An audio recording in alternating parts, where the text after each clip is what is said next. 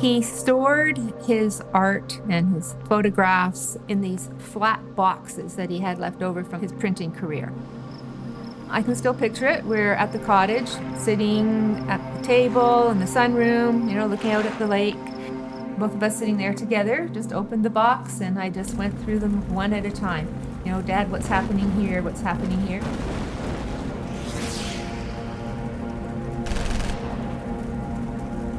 He might tell me things like, we were going down this road, and in the painting you can see the German tanks had been abandoned, and he said, yes, they destroyed their tanks as they left.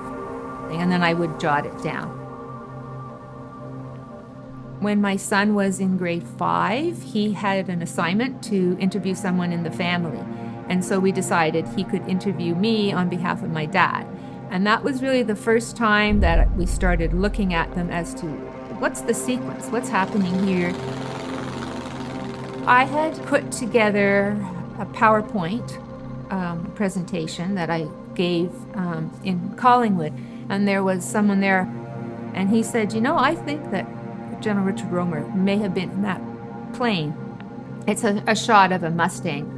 And he said, and he lives in Collingwood.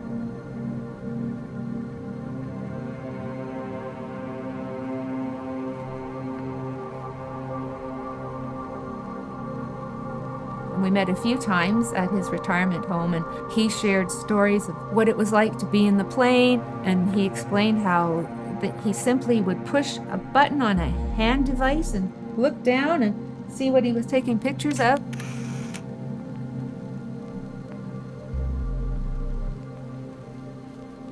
Through a painting that my dad had actually given to a friend of mine, we knew that they came in to Normandy. So my husband and I went to Europe to try and trace my dad's steps. B8 was the first airfield that they went to. It was near Somerville, is the name of the town. Well, we drove over there. Nobody knew anything about it. And so we started down the road, and then I said, oh, look, there's a space up there. Can you just pull over, because I really want to check this map again. And we pulled over, and there was the monument for B8. It was like my father was directing us to it.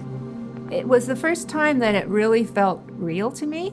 The first time that it really hit that, wow, this is where he was and what he was doing.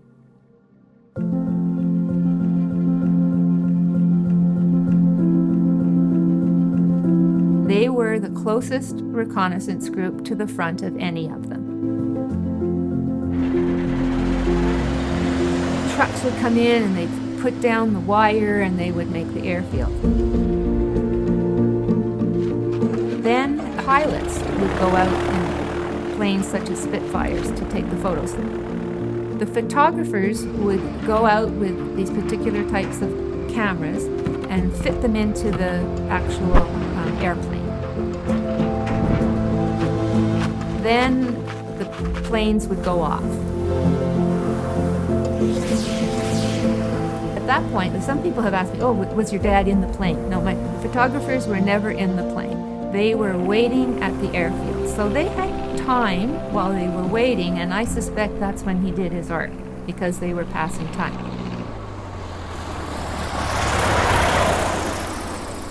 Then the planes would come back, and the photographers would go out, they'd get the cameras, and they would take them, and amazingly, they had a fairly sophisticated truck for those days that was set up like a developing room, and they developed all the film there.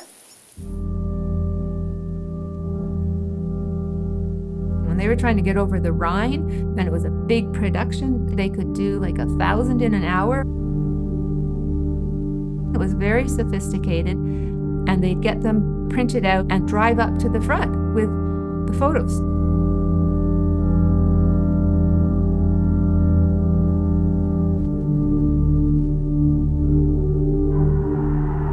In terms of battles and the danger aspect, a lot of the drawings seemed to be nighttime, very dramatic. He's made it very effective as the German plane appears to be coming right at you, firing. He said that the plane carried on, went over top of their tents and crashed beyond their tents, and they felt that the pilot had probably been killed earlier because it was as if he might have gotten stuck on the shooting aspect of the gun. My dad's drawing and painting called Happy New Year shows the airfield being attacked by planes, explosions happening and people running. That's all I thought it was until I actually spoke with an officer in the military, and he went, "Oh, that's Operation Bodenplatte." And it was a very significant event. It was the final hurrah of the German Air Force, and they went out and bombed various airfields that morning in hopes to slow up the Allies.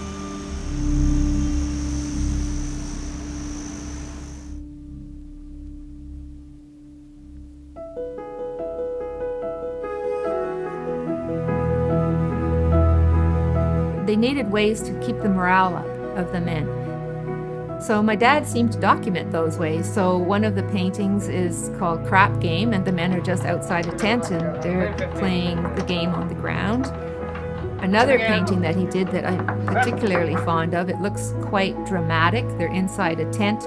You can see there's someone at the front at the pedestal and someone at the back's got his hand up, and they're all focused on him, and it looks like, oh, there's got to be an important meeting, until you read it, that it's actually bingo night. There's another painting called Cigarettes pour mon papa, and the men are in the back of the truck and they're handing cigarettes down to a little person who's got his clogs on, things like that. Thinking about the effects of war and how my dad dealt with that in his art. When I look at photos of the same topics, they look a lot more gruesome. He didn't paint people that had died on the side of the road or that sort of thing. I'm thinking of one painting in particular where this town I read was basically flattened, and there was a little bit of a cathedral left, the tower was left. And I think he didn't need to show it in all the horrors. And then he's showing a family and they're leaving, and all they have is a cart, like a big cart wagon. That painting really said a lot to me, them having to pick up and go. And it wasn't just from the Germans. They had to leave because the Allies were coming in, because the fighting was going to happen, and they had to pick up everything and just head out. And I think of that painting where family is just, do they even know where they're going? I think you need to remember so you can appreciate what you have now. And certainly in light of what's going on in Ukraine, and that's really shaken me too, and in terms of the fact that some of those images are like the photographs that I have of my dad's truck convoy going through the towns that are, bombed out. It's just important to remember and not take things for granted. I would say my father's artistic life impacted me simply because that's what life was. I was very fortunate to have my two hats going through my career as art educator and practicing artist. I always felt when I was teaching that it was important to share these paintings and drawings at Remembrance Day to the boys, to my students, because I think it makes it more personal. Some real person has been there experiencing the life that's going on and is recording it. When you're teaching, you have commitments, so you can't take advantage of opportunities. So once I said, okay, I'm leaving teaching now, things started to present themselves, and I was able to go with Cube Art Fair in New York, and my work was projected over 80 stories in Times Square, and it was pretty surreal, actually, to know that my work was being presented in such a way. And my dad, he'd be like over the moon, like just, I can't even imagine him. He would be so excited. There's still a mystery as to how my father got all this art through a war zone back to England and then back to Canada, and they're in perfect condition. I just don't understand it. It's definitely a mystery, and if I had opportunity to ask him some of the questions, that would be one at the top of the list. Recently, I was able to participate in a trip called In Our Father's Footsteps. It was in honor of the 75th anniversary of the liberation of Holland by the Canadians.